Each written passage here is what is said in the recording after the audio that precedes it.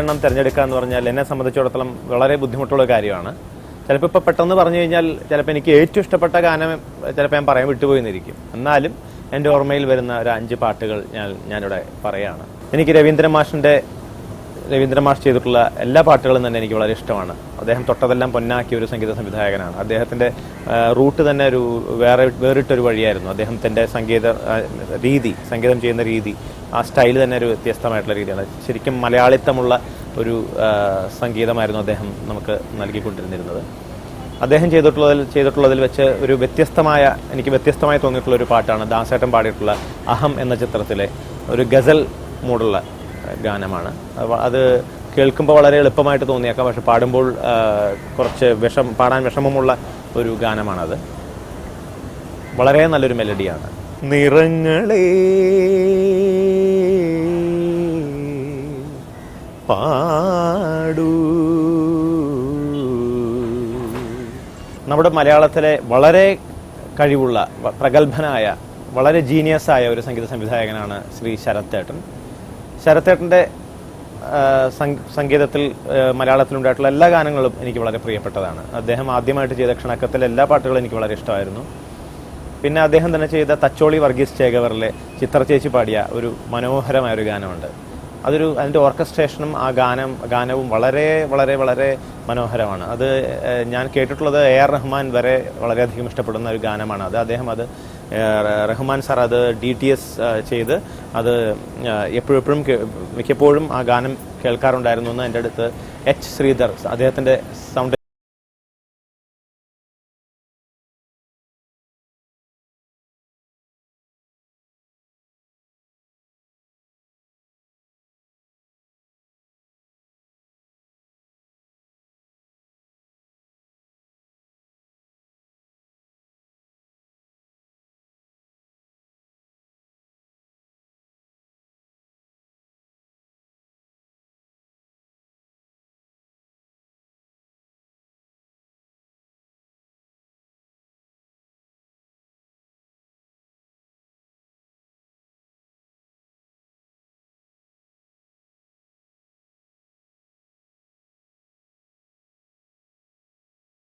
സംഗീത സംവിധായകനാണ് Shri MB Sreenivasan sir. അദ്ദേഹം നമുക്ക് സമ്മാനിച്ചിട്ടുള്ള പാട്ടുകളെല്ലാം വളരെ മനോഹരമായിട്ടുള്ള ഗാനങ്ങളാണ്. വളരെ വളരെ വളരെ പ്രത്യേകതകൾ നിറഞ്ഞിട്ടുള്ള ഗാനങ്ങളാണ്.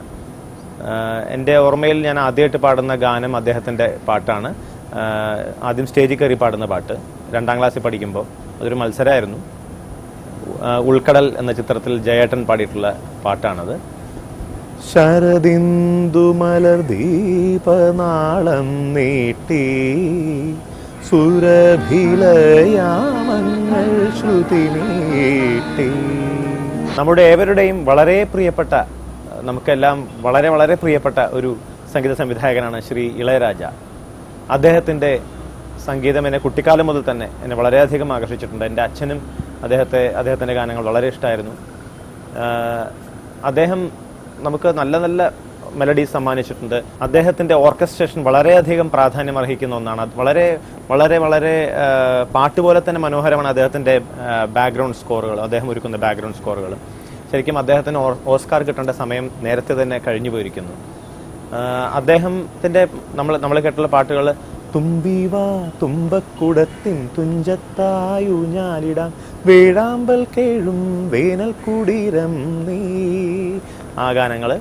പിന്നെ തമിഴിൽ ഒരുക്കിയിട്ടുള്ള വാവാ അൻപേ അൻപേ നിന്നു കോരി വരണം പുള്ളി അഴകാന പുള്ളിമാനേ, ഇങ്ങനെ പല പല പല രാഗങ്ങളിലും പല ഗാനങ്ങൾ അദ്ദേഹം ഒരുക്കിയിട്ടുണ്ട്. പക്ഷേ നളിനകാന്തി രാഗത്തിൽ അദ്ദേഹം ഒരു ഗാനം ചിട്ടപ്പെടുത്തിയിട്ടുണ്ട്. അതെനിക്ക് വളരെ വളരെ ഇഷ്ടമുള്ളൊരു ഗാനമാണ്.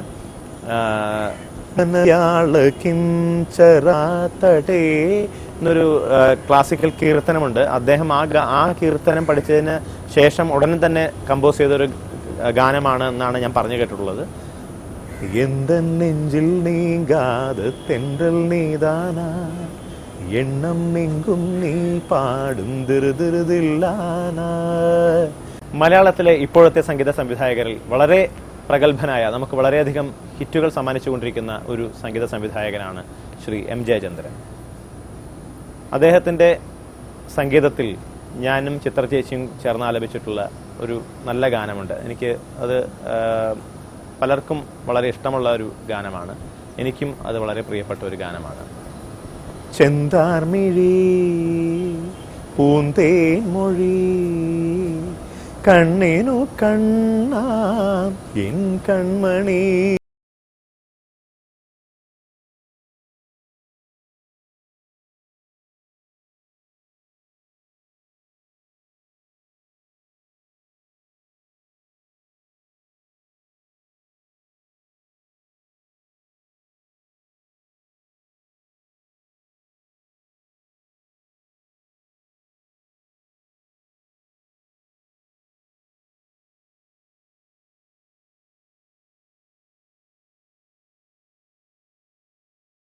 ഇഷ്ടപ്പെട്ട സംഗീത സംവിധായകരെ കുറിച്ചും എനിക്ക് പറയാനുണ്ട്. പക്ഷേ സമയമില്ല. സമയപരിധി കൊണ്ട് ഞാനിവിടെ നിർത്തുകയാണ്. എന്തായാലും ACVയുടെ എല്ലാ പ്രിയപ്പെട്ട പ്രേക്ഷകർക്കും എൻ്റെയും എൻ്റെ കുടുംബാംഗങ്ങളുടെയും ഹൃദയം നിറഞ്ഞ ഓണാശംസകൾ.